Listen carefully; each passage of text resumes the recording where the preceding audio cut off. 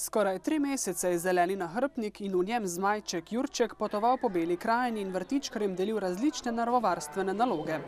Morali smo iti v ljudsko knjižnico, ali zdaj ti povej. Mogli smo reciklirati papir. Še kaj? Iz papirja smo naredili okraske.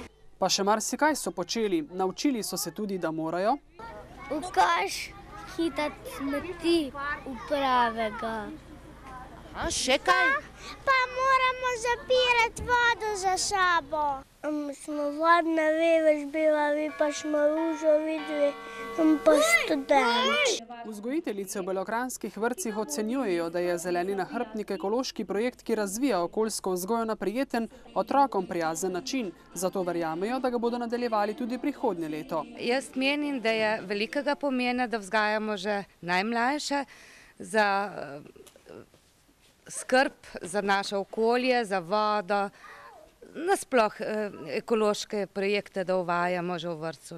Mislim, da je to en velik plus za naš kraj, za širšo okolico, za ozaveščanje ne samo otrok, tudi hkrati staršev in širšega okolja. Vsebina je zagotovo koristna, tako z vidika druženja, tako z vidika izmenjave izkušenj, tako z vidika vključevanja vseh teh belokranjskih otrok v okoljevarstveno vsebino na en poseben način. Način, ki je blizu otrokom.